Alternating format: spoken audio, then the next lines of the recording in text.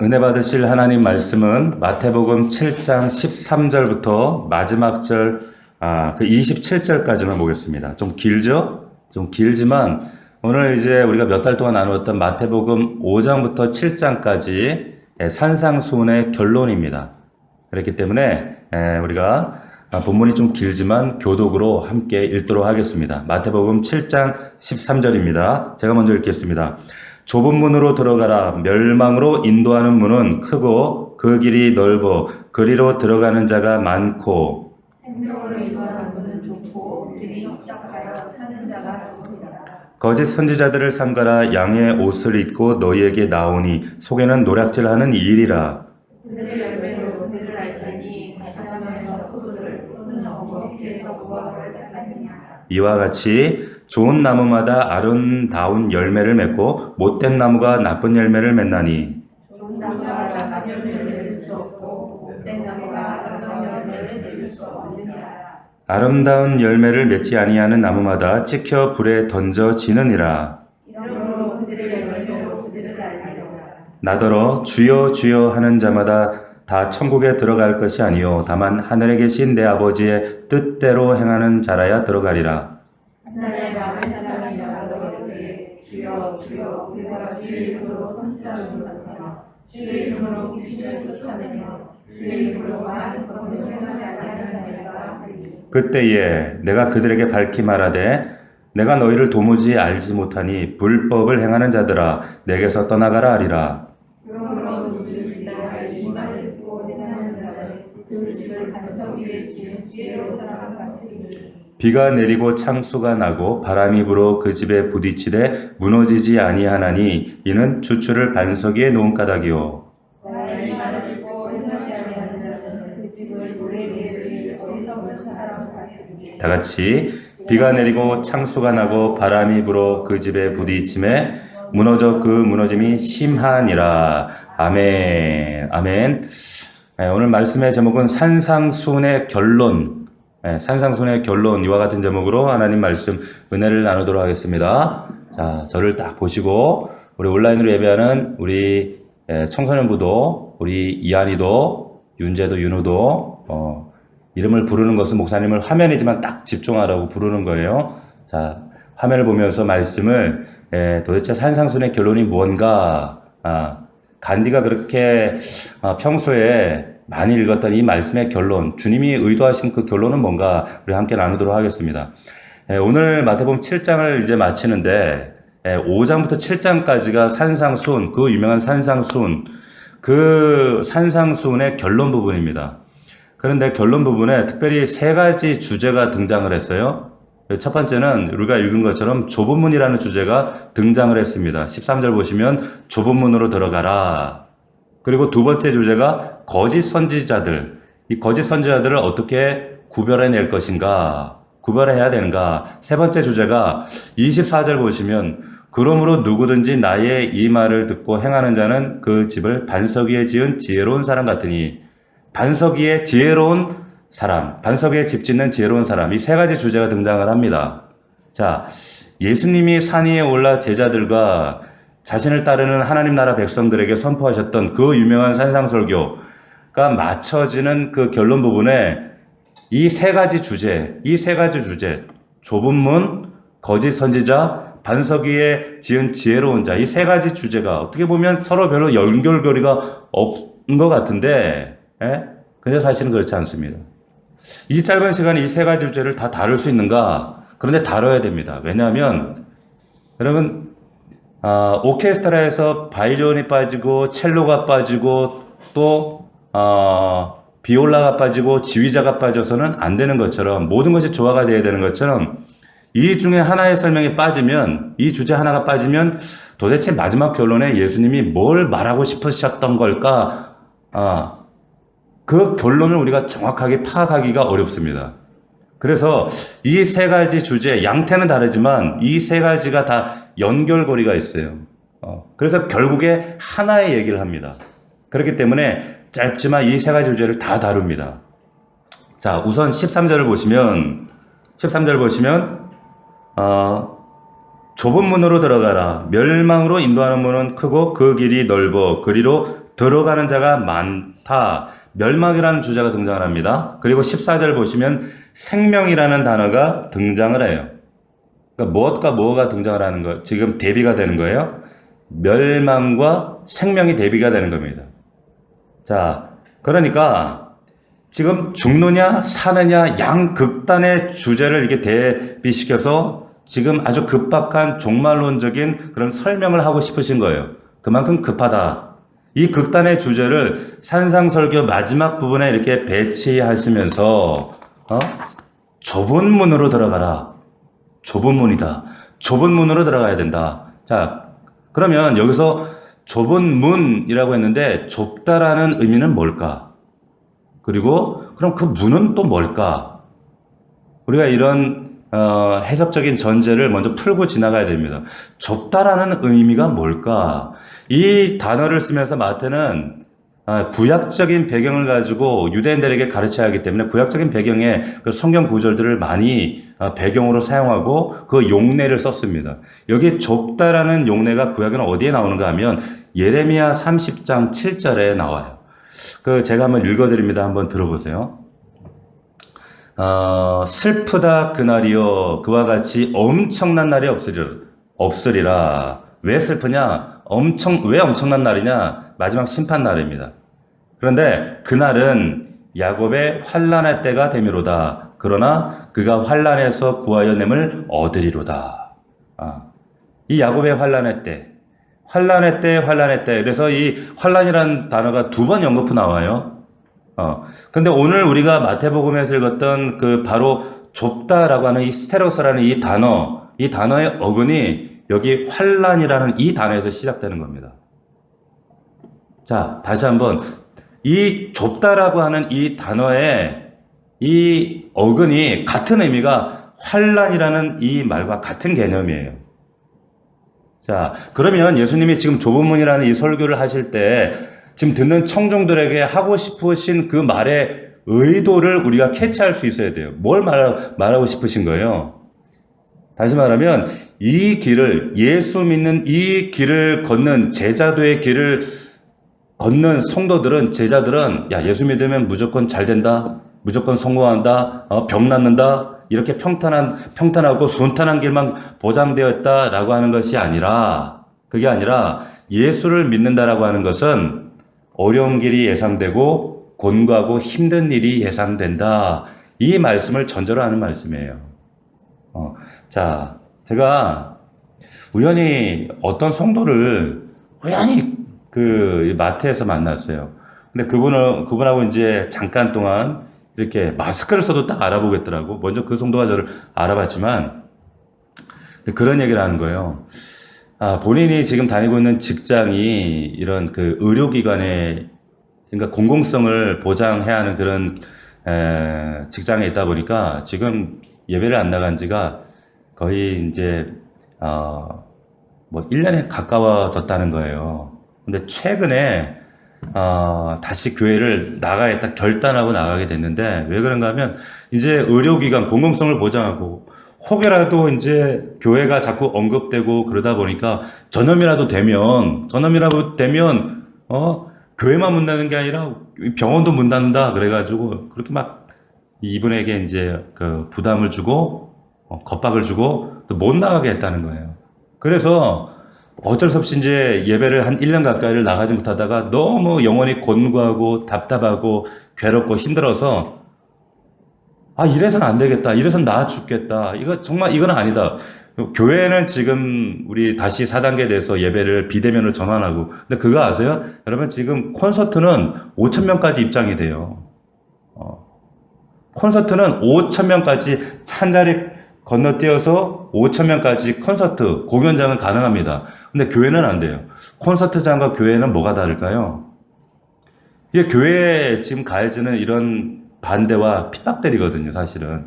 그러니까 이 성도도 이제 그런 어려움들을 호소하면서 이제 예배를 나간 거예요. 근데 예배 나갔는데 앉자마자 눈물을 주르르 계속 흘렸다는 거예요. 그러니까 로베에서 또 성도들을 만나면서 끌어안고 울고 또 격려하고, 그런 시간을 보냈다 하면서 최근에 다시 예배를 회복해서 그런 얘기를 하시는 거예요. 얼마나 감격스럽겠습니까? 그럼 보세요. 제가 그 얘기를 딱 들으면서 아, 우리 성도들이 참 신앙을 세상 속에서 지켜낸다는 게 정말 녹록하지 않겠구나. 힘들겠구나. 아, 지금 이 시간에도 그런 세상 속에 그런 저항 때문에 그런 어려움 때문에 정말 온라인으로 예배하는 그리고 그런 반대 급부 속에 살아가는 우리 성도들도 있을 거예요. 그런데 중요한 건 앞으로 이게 더 심해질 거라는 거죠. 지금 코로나 지금 델타 때문에 어려움을 겪지만 지금 코로나 람다 나온 거 아세요? 코로나 람다가 나와서 계속 나옵니다. 아, 여러분 여기 좁은 문이라고 하는 것은 우리가 예수 믿는 삶이 꽃길이 펼쳐진다, 평탄하다 그런 말을 하는 것이 아니라 때로는 결단을 요구해야 되고 포기를 요구받아야 되고 그 상황 속에서도 그럼에도 불구하고 예수 그리스도를 놓을 수 없는 그 갈등 속에서 내가 일상의 하루를 살아내야만 하는 끝까지 버텨내야 하는 그런 일들이 많다는 거예요. 그게 좁다라는 뜻이에요. 앞으로는 더 극렬해질 것입니다. 쉽지 않다. 그 말씀하시는 거예요. 그래서 로마서 8장 35절에는 이렇게 설명했습니다. 누가 우리를 그리스도의 사랑에서 끊으리요 환난이나 곤고나 박해나 기근이나 적신이나 위험이나 칼이라 이런 게 온다는 거예요. 여기에 표현하고 있는 환난, 곤고, 박해, 기근, 적신, 위험, 칼 이러한 표현들을 전부 묶어서 좁다 이렇게 표현을 하는 겁니다. 이게 그런 뜻이에요. 자, 그러면 두 번째 질문. 그럼 좁다라는 건 알겠는데 그럼 문은 뭔가? 좁은 문이라고 했잖아요. 문은 뭔가? 이 문이 뭐예요? 성경이 이 문에 대해서는 애둘러서 얘기하지 않습니다. 명확하게 단도직입적으로 얘기하는데 뭡니까? 요한복음 10장 7절에서 9절 이런 말씀이 있습니다. 한번 들어보세요.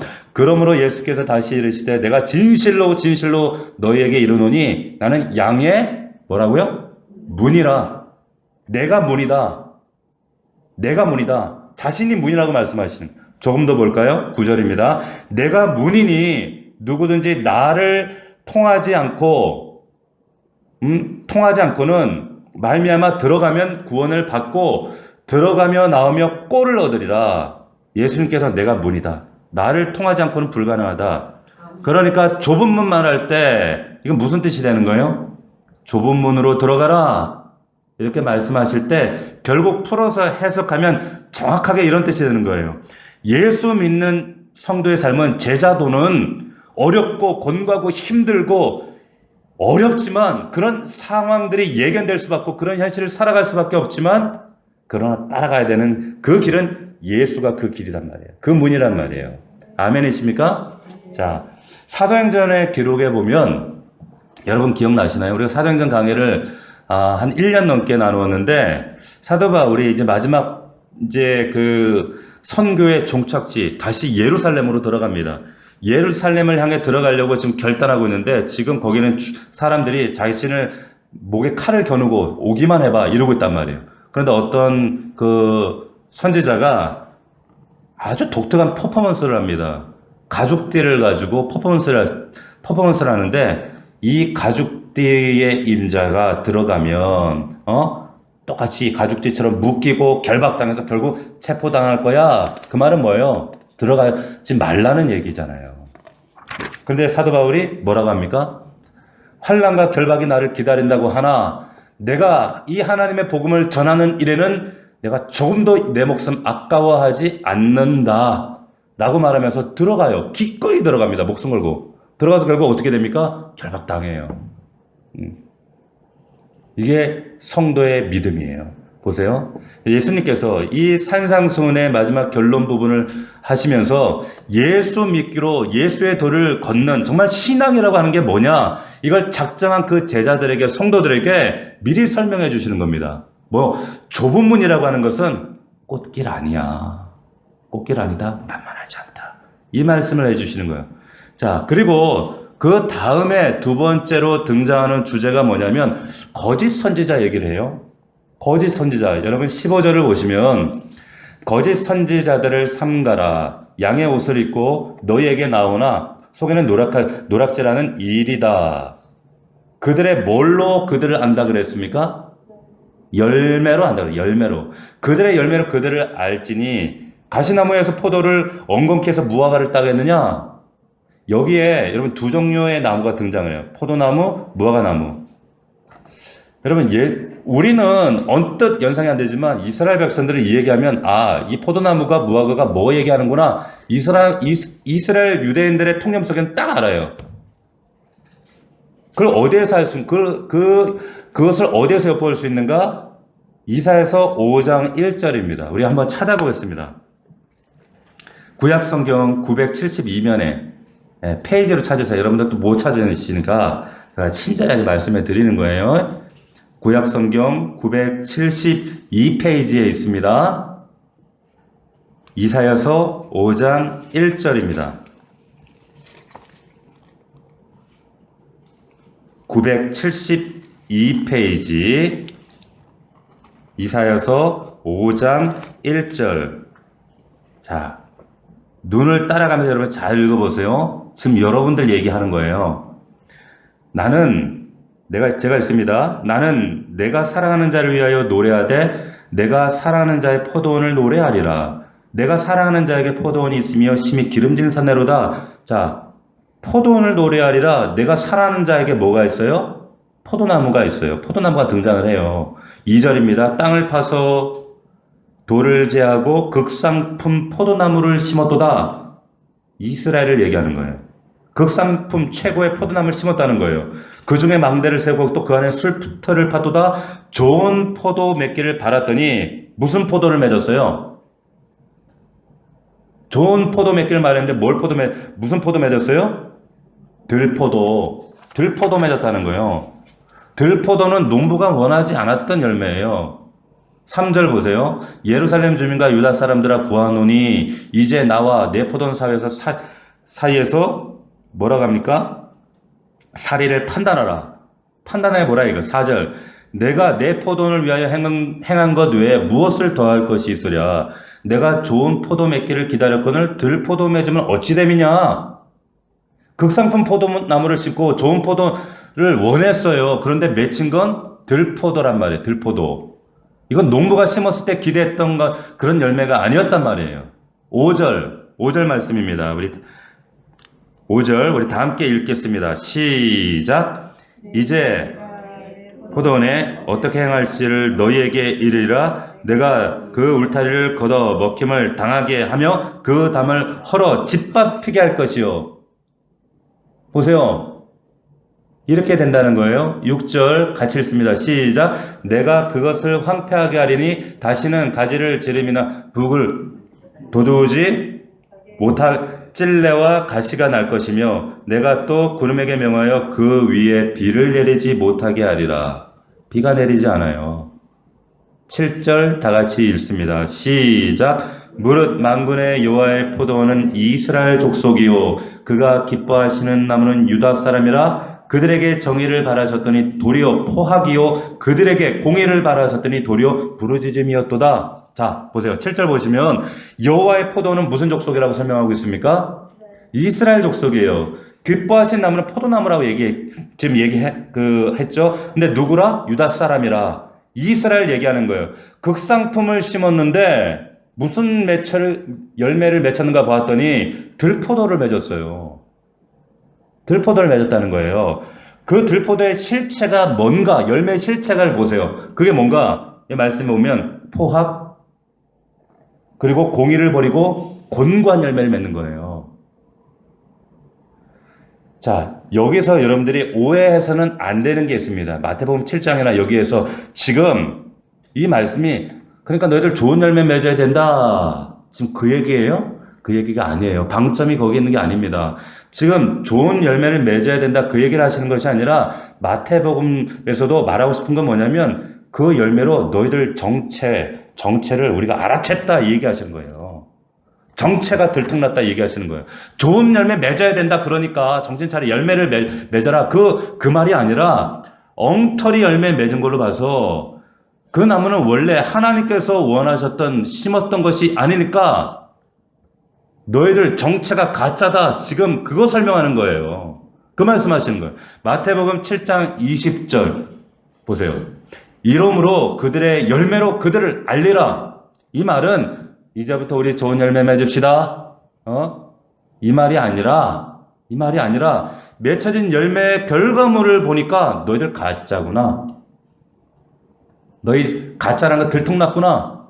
지금 그 말이 지금 핵심이란 말이에요. 들통났다는데 초점 있는 겁니다. 이해가 되십니까? 누가?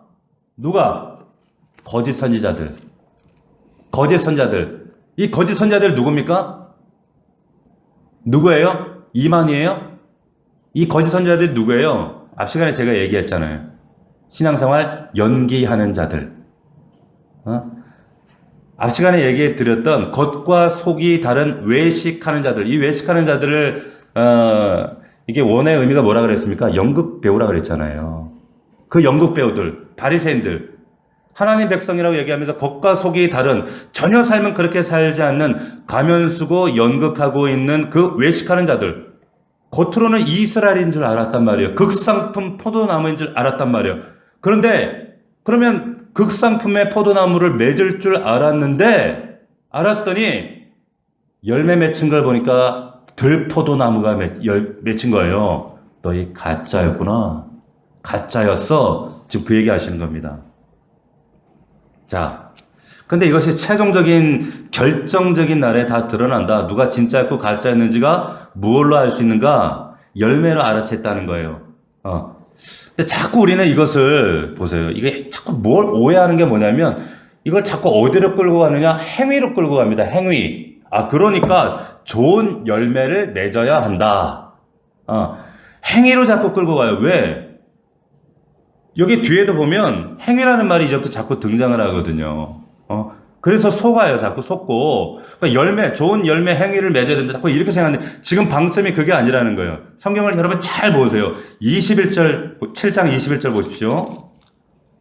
같이 읽어볼까요? 나더러 주여 주여 하는 자마다 천국에 들어갈 것이 아니요 다만 하늘에 계신 내 아버지의 뜻대로 행하는 자라에 들어갈. 여기도 행하는 자 이러네. 목사님 여기도 행하는 자 그러잖아요. 자, 아버지 뜻대로 행하는 자. 도대체 아버지의 뜻이 그럼 뭘까요? 아버지의 뜻이 뭐예요? 아버지의 뜻이 뭔데 그래야 들어간대요.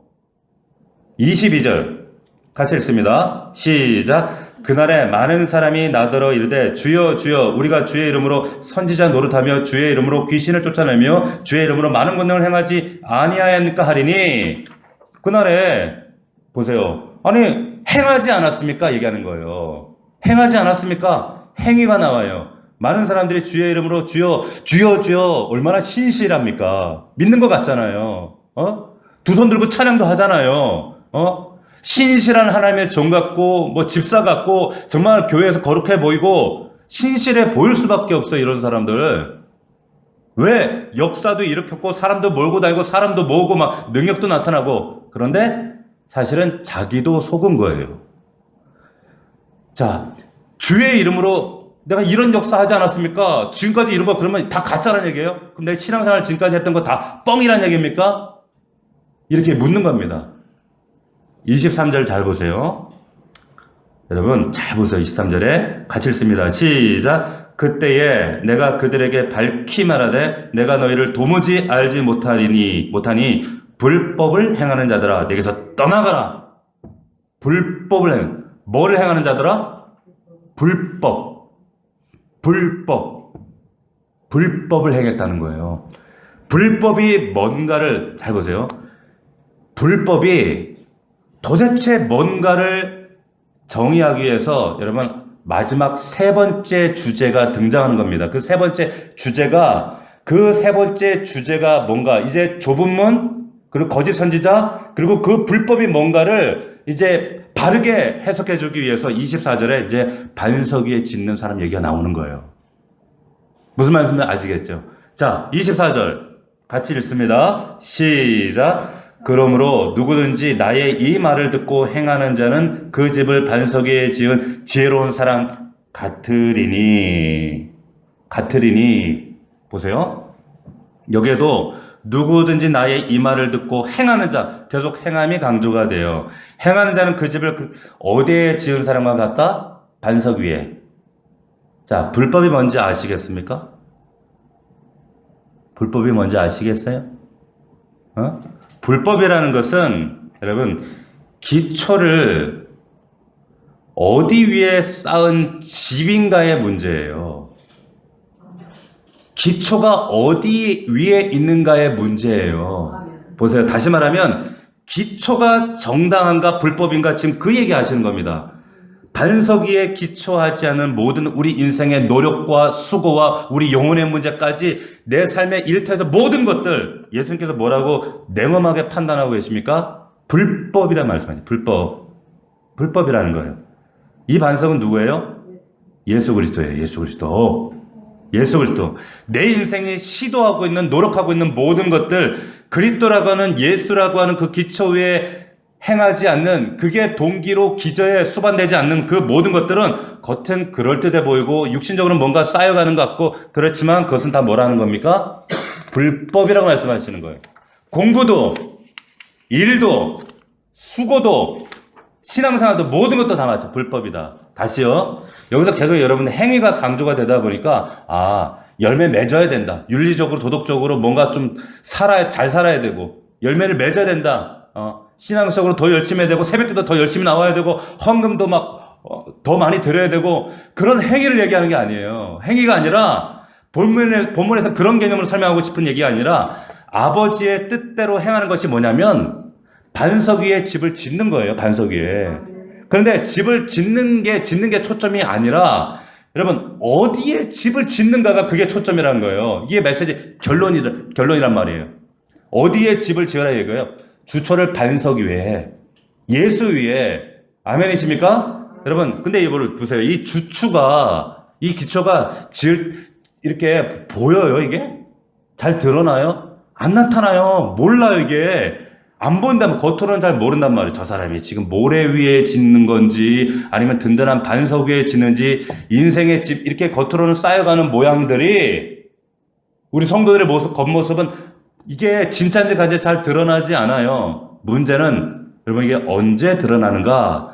물리적으로 이런 팬데믹이 올 때 그리고 성경에 보면 최종적인 날에 결정적인 날에 드러나요. 25절 보십시오. 비바람이 분단 말이에요. 비바람이. 인생의 비바람 그리고 궁극적인 최종 영혼의 비바람 25절 보십시오. 비가 같이 읽겠습니다. 시작. 비가 내리고 창수가 나고 바람이 불어 그 집에 부딪히되 무너지지 아니하니 이는 주추를 반석 위에 놓은 까닭이요. 아멘이십니까? 집을 짓는다는 건 여러분 집을 짓는다는 의미는 집에 뭐 인테리어를 뭐 비싼 걸 주고 하고 튼튼하게 짓고 재료를 멋지게 한다는 그런 말이 아니고 집을 짓는다는 것은 아버지의 뜻대로 행한다는 것은 기초를 어디에 두었는가?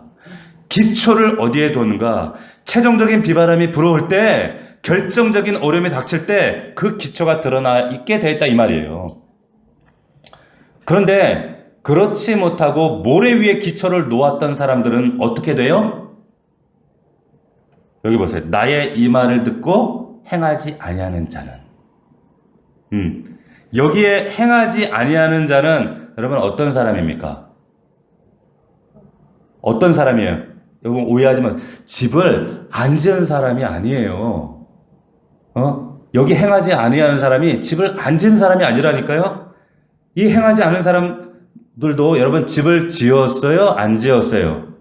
지었어요. 모래 위에 지었어요. 집을 지었단 말이에요. 집을 지었다.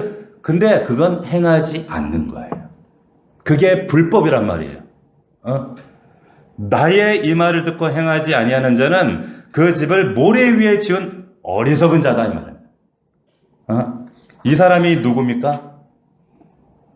자, 제가 이 세 가지 주제 예수님께서 산상선 마지막 결론 좁은 문, 거짓 선지자 그리고 반석 위에 집을 짓는 지혜로운 자 이 연결고리가 있다 그랬지요. 그러면 여기에 이 어리석은 자 이 사람은 누구예요? 누굴 얘기하는 거예요? 거짓 선지자예요. 그리고 그를 따르는 자들이에요. 앞서 더 나가면 외식하는 자들이에요. 그리고 신앙생활 연계하는 사람들이에요. 그리고 그 좁은 문을 거부하는 사람들이라고요. 이해가 되십니까? 지금 이 사람들을 어리석은 자라고 얘기하는 거예요. 여러분, 이 이야기, 이 장면을 여러분 요한계시록의 마지막에 가면 이 장면을 이렇게 설명하고 있어요. 우리 요한계시록 19장으로 한번 가보겠습니다. 19장 6절에서 성경 신약성경 맨 뒤에 요한계시록 19장 6절에서 9절 말씀에 최종적인 심판의 날, 저와 여러분들 예외 없이 우리가 이날 하나님 앞에 주님 만나면서 최종적인 심판의 날에 서게 되죠. 개인적인 심판이었고 우리 전 우주적인 심판이 있단 말이에요. 그날이에요. 요한계시록 19장 6절입니다. 여러분 정말 똑똑하게 잘 들으셔야 돼요. 또 내가 들으니 6절입니다. 또 내가 들으니 허다한 무리의 음성과도 같고 많은 물소리와도 같고 큰 우레소리와 같은 소리로 이르되 할렐루야 주 우리 하나님 곧 전능하신 이가 통치하시도다. 우리가 즐거워하고 크게 기뻐하며 그에게 영광을 돌리세. 어린 양의 혼인 기약이 이르렀고 그의 아내가 자신을 준비하였으므로 마지막 날 하늘나라의 천국잔치 이제 혼인잔치가 열리는 거예요. 자, 마지막 종말 어린 양의 혼인 기약이 이르렀고, 여러분 유대인들은 결혼식을 몇 번 한다 그랬죠? 2번 하죠? 자, 처음에 결혼식을 하는 걸 뭐라 그래요? 정혼식이라 그래요. 정혼식. 그러죠? 이게 신부의 집에 가서 신부의 집에서 이루어지는데 신랑이 이제 변호인격인 대리인을 데리고 신부 집에 가서 정혼식이 이루어집니다. 이때부터 법적 부부가 됩니다. 그러나 합방하지 못해요. 육체적인 관계는 갖지 못해요. 그러면 신랑은 신부를 남겨두고 이제 한마디를 던져놓고 이제 떠납니다. 무슨 말 남겨요? 1년 후에. 정확한 날짜는 알 수 없지만 1년 후에 내가 신부 당신을 내가 데리러 오겠습니다. 데리러 오겠습니다. 그리고 자기 집으로 그 한마디를 남기고 촥 사라져요. 그럼 신랑은 돌아가서 뭐 해요? 뭐 합니까?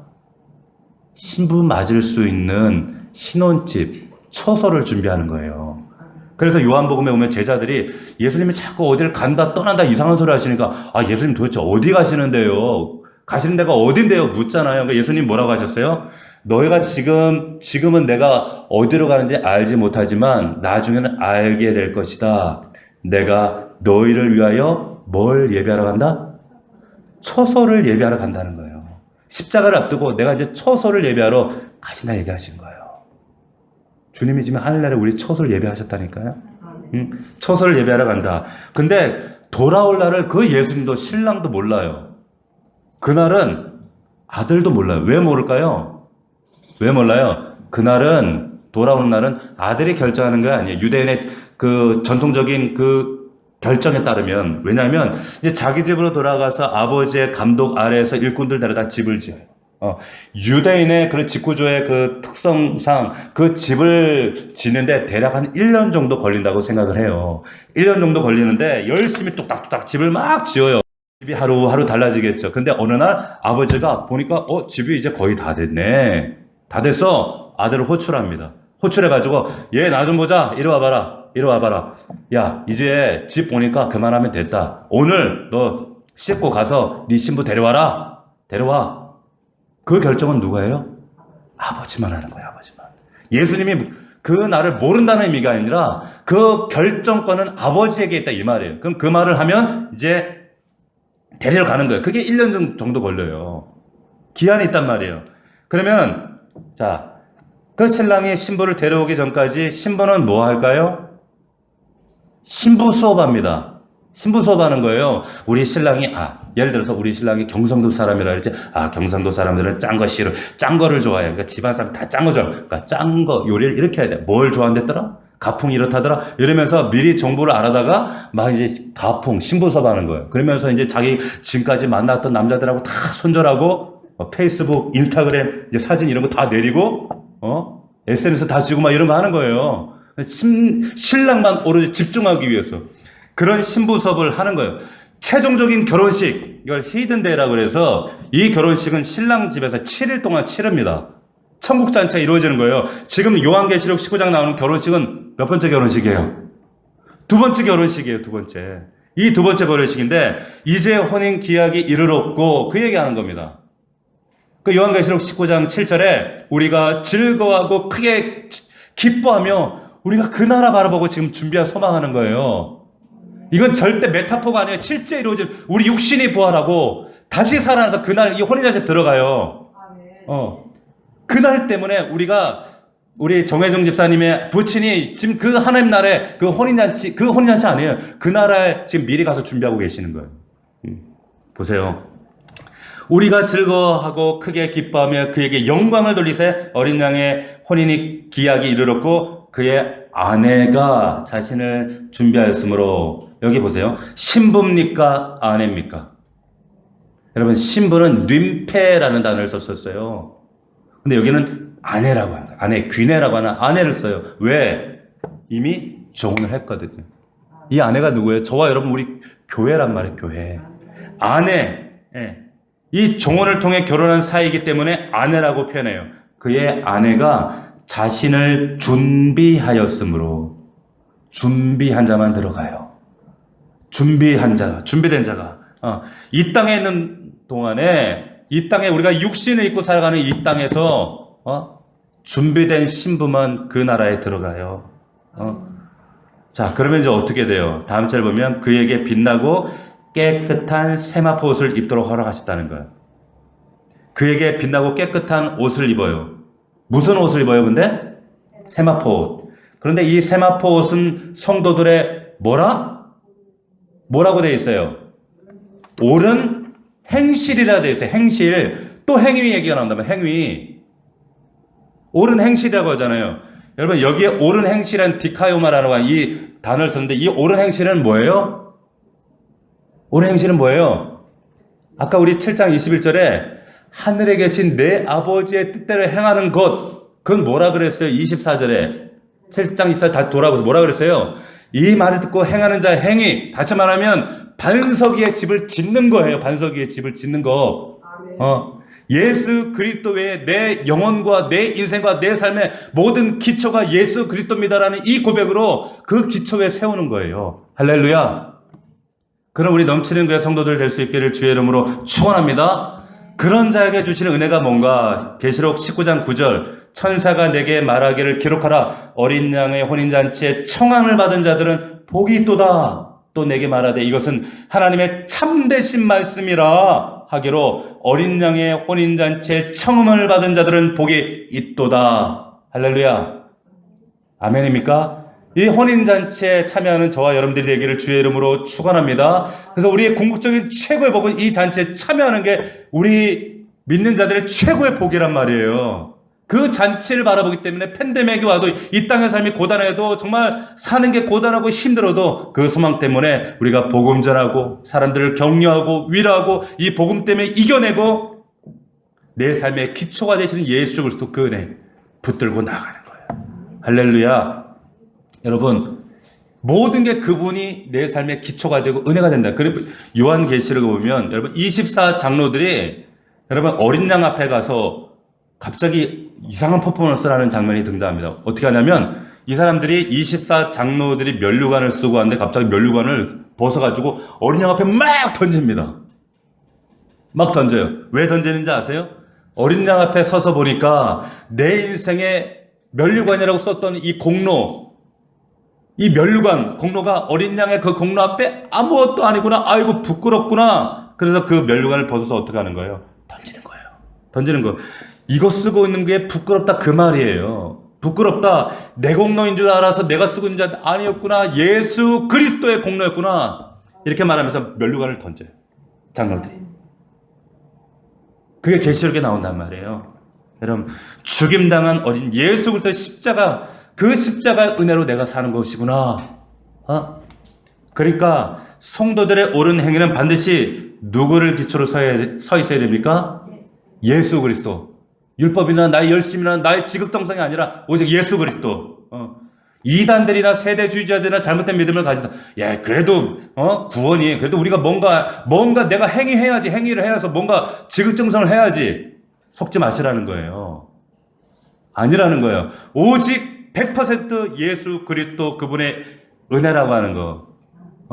제가 예전에 이런 얘기를 들은 적이 있는데 사랑하는 연인이 있는데 그 사랑하는 연인의 그 사랑을 얻기 위해서 장미꽃 백송이를 들고 그 집 앞에서 밤새도록 그 여자를 기다리는데 연인을 위해서 밤새 서 있어야지만이 장미꽃 뱃속에 들고 서 있어야지만이 그 여인을 사랑하는 게 아니잖아요. 무슨 말인지 아시겠어요? 응? 그 여인을 정말 사랑하니까 장미꽃 들고 밤새 서 있는 거지. 내가 장미꽃 들고 밤새도록 서 있는 그 열심을 보여야지만이 내가 사랑하는 증거다? 이게 사랑이다? 이렇게 말할 수는 없는 거예요.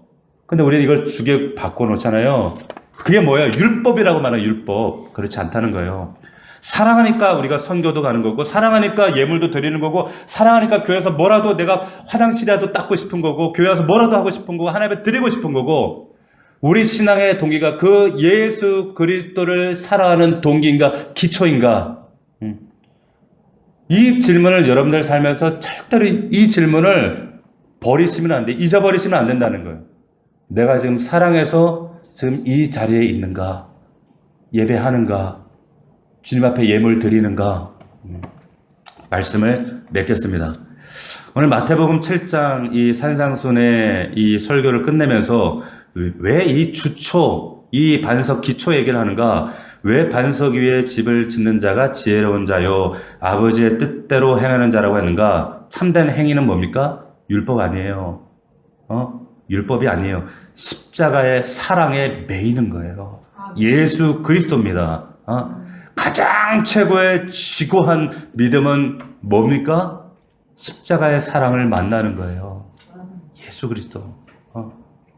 여러분, 다시 춤추기 시작할 때까지 이 코로나 팬데믹 상황 가운데서 지어진 월터 브루그만의 책이 있습니다. 근데 거기 책 가운데 이분이 시편 77편을 이제 배경으로 해서 이 팬데믹 상황 속에서 자신도 이 부딪혀오는 이 수많은 고난과 어려움들과 도대체 이 해석이 안 되는 이 의문들, 하나님께서 살아계시다면 어떻게 이 팬데믹을 주시고 왜 믿는 자들이 이런 고난을 겪어야 하고 도무지 세상 돌아가는 상황인데 이해가 안 되는 이런 질문들 가운데 이 시편 말씀을 근거로 해서 기록한 짧은 책인데 이런 얘기를 합니다. 뭐라고 하는가 하면 이런 혼란한 상황일수록 사람들은 더더욱 자기 문제에 몰입하기 쉽다.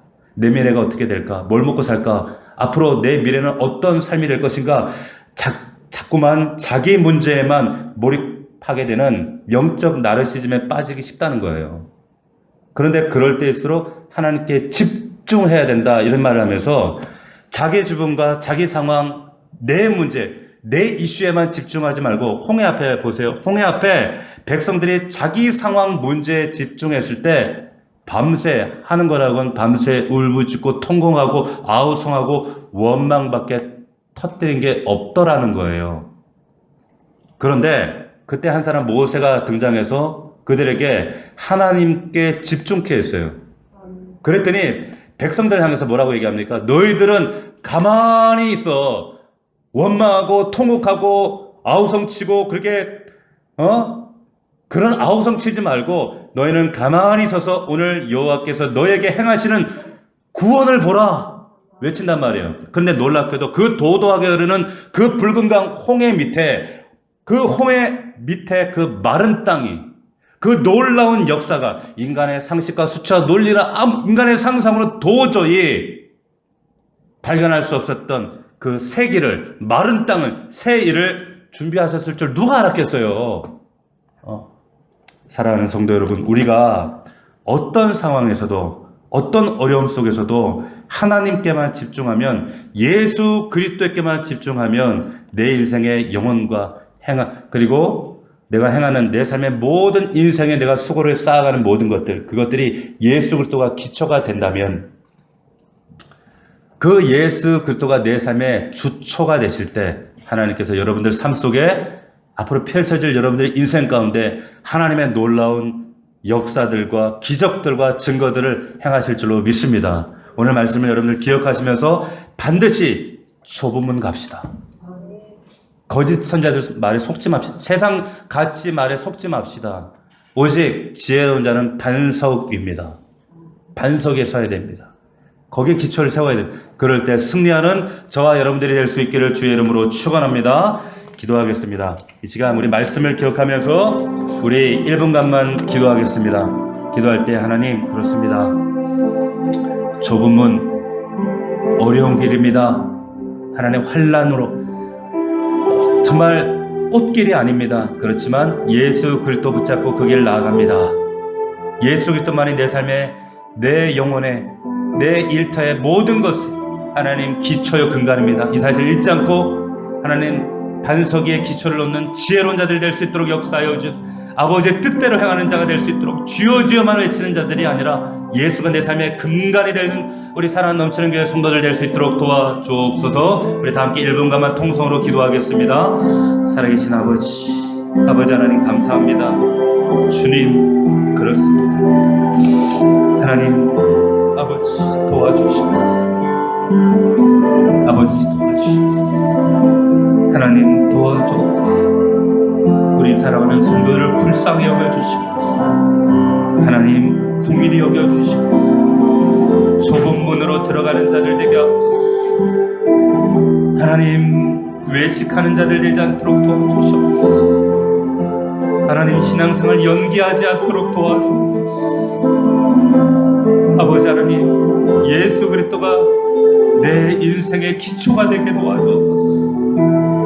아버지 하나님 붙들어 주옵소서. 하나님 도와주시옵소서. 아버지 하나님 이 말을 듣고 행하는 자들 될 수 있도록 반석에 지은 지혜로운 자들 될 수 있도록 도와주시옵소서. 비가 내리고 창수가 나고 바람이 불 때 무너지는 자들 되지 않도록 도와주시옵소서. 하나님 아버지 우리 넘치는 우리 성도들에게 정말 주님이 저들의 삶에 하나님이 되어주시길 원합니다. 아버지 역사하시옵소서.